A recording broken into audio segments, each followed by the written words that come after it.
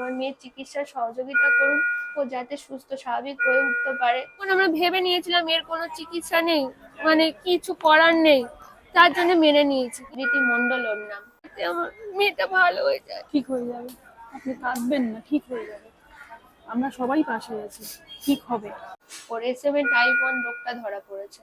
তো তার কারণেই ওর যে মাসেলটা এতটা উইক হয়ে আছে যে নিজে নিজে নিঃশ্বাস পর্যন্ত নিতে পারছে না।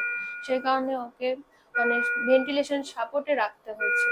তো সারা ভারতবাসীর কাছে আমার আবেদন বা অনুরোধ বলতে পারেন, মানে ওকে যত তাড়াতাড়ি সম্ভব ওর চিকিৎসাটা করাতে হবে। তো সেই কারণে বলছি, আপনারা যে যেখান থেকে দেখছেন আমার মেয়ের চিকিৎসার সহযোগিতা করুন, ও যাতে সুস্থ স্বাভাবিক হয়ে উঠতে পারে।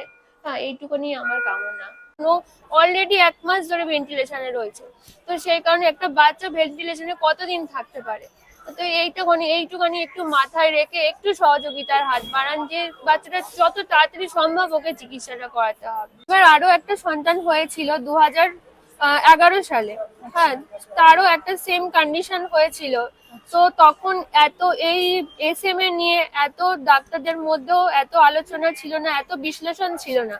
তো সেই কারণে ডাক্তাররাও আমাদের সেভাবে বলেনি। ডাক্তাররা তখন বলেছিল যে লাখে, দুর্ভাগ্যবশত লাখে একটা হয়।